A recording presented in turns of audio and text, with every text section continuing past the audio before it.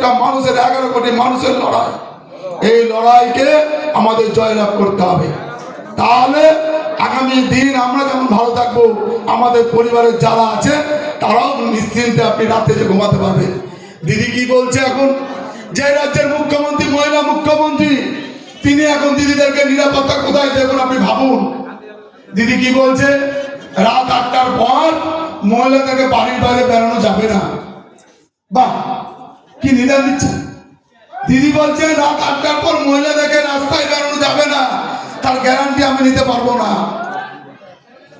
কিন্তু বিজেপি বলছে, বিজেপি সরকার রাস্তা পরে রাত কেন, 24 ঘন্টা মায়েরা রাস্তাঘাটে যেখানে হয়ে যাবে, কারোর একটা সাহস হবে না তার গায়ে হাত দেয়া। যদি হাত দেয় তার হাত কেটে নেওয়ার ক্ষমতা বিজেপির আছে, সেই সরকার তৈরি করবে। আমরা এতটাই নেই। আমরা থেকে বলছি আমরা সুরক্ষা চাই, নিরাপত্তা চাই। এই বাংলা গোলা বারুদের উপর ভর্তি আছে। এই জেলা যে মুর্শিদাবাদ জেলা সব থেকে পিছিয়ে পড়া জেলা। এইখানকার জল দেখুন আর্সেনিক মুক্ত, প্রত্যেকটা টিউবওয়েল টিপবেন জল দেখবেন কেমন আয়রন ভর্তি, আর্সেনিক। সেইখানে জল নিয়ে কত দুর্নীতি এই এলাকায় দেখুন আপনি, ঠিক মতো পানীয় জল আসে না। এইখানকার কারেন্ট দেখুন। আচ্ছা দিদি বলছে কারেন্ট, বিদ্যুৎ দেখুন। আপনারা ভাববেন না অন্য রাজ্যে বিদ্যুতের বিল দেখুন, বাড়িতে যে বিল দেখবে। এখন তো এলইডি লাইট জ্বালায়। আপনারা ভাবুন, আমরা যখন আগে লাইট জ্বালাতাম 100 ওয়াটের বাল্ব, 200 ওয়াটের বাল্ব, এখন বাল্ব লাগায় কত 9 ওয়াট।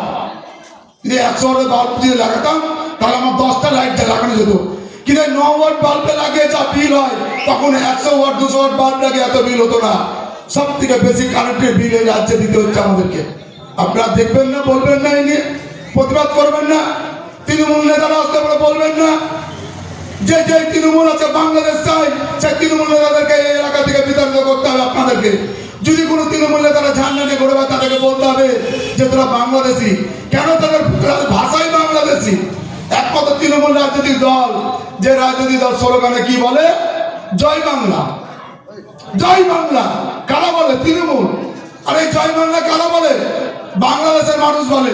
তো তৃণমূলের যারা নেতা তাদের লজ্জা লাগা উচিত, আর আপনাদের তাদের ব্যবস্থা করা উচিত। যারা জয় বাংলা বলে তাদেরকে বলবেন বাংলাদেশে চলে যা, এই বাংলায় তাদের কোনো জায়গা নাই। আচ্ছা তাদের লজ্জা করা উচিত।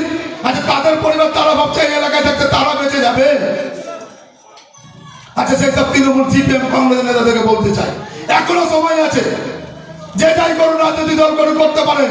আগে বাংলাকে দোকান, আগে নিজের পরিবারকে, নিজের এলাকাকে সুরক্ষিত করুন, তারপর অন্য কিছু লড়াই করবেন। আচ্ছা তৃণমূল নেতাদেরকে বলবেন। তাই মানুষ যখন আসবে তৃণমূল নেতারা ভোট চাইতে, আপনারা প্রশ্ন করবেন এই জয় বাংলা স্লোগান কাদের স্লোগান? আচ্ছা তৃণমূল এইটাকে বাংলাদেশ হিসাবে দেখে। দিদি কোনো আইন মানে না, তাই তো দিদি বলে আমি আমাদের মোদীজি যা তা বলে আমি মানি না। কেন? দিদি আলাদা, উনি তো বাংলাদেশের প্রধানমন্ত্রী হতে চান, উনি তো পশ্চিমবাংলার মুখ্যমন্ত্রী থাকতে চান না। দিদির ভাইরা তো বলে দিয়েছে মিনি পাকিস্তান কলকাতাকে বানিয়ে নিয়েছে। ওর দলের নেতারা বলছে, ওর দলের নেতারা বাবরি মসজিদ তৈরি করছে। মসজিদ হোক মন্দির হোক আমাদের কোনো আপত্তি নাই, কিন্তু নাম নিয়ে আপত্তি।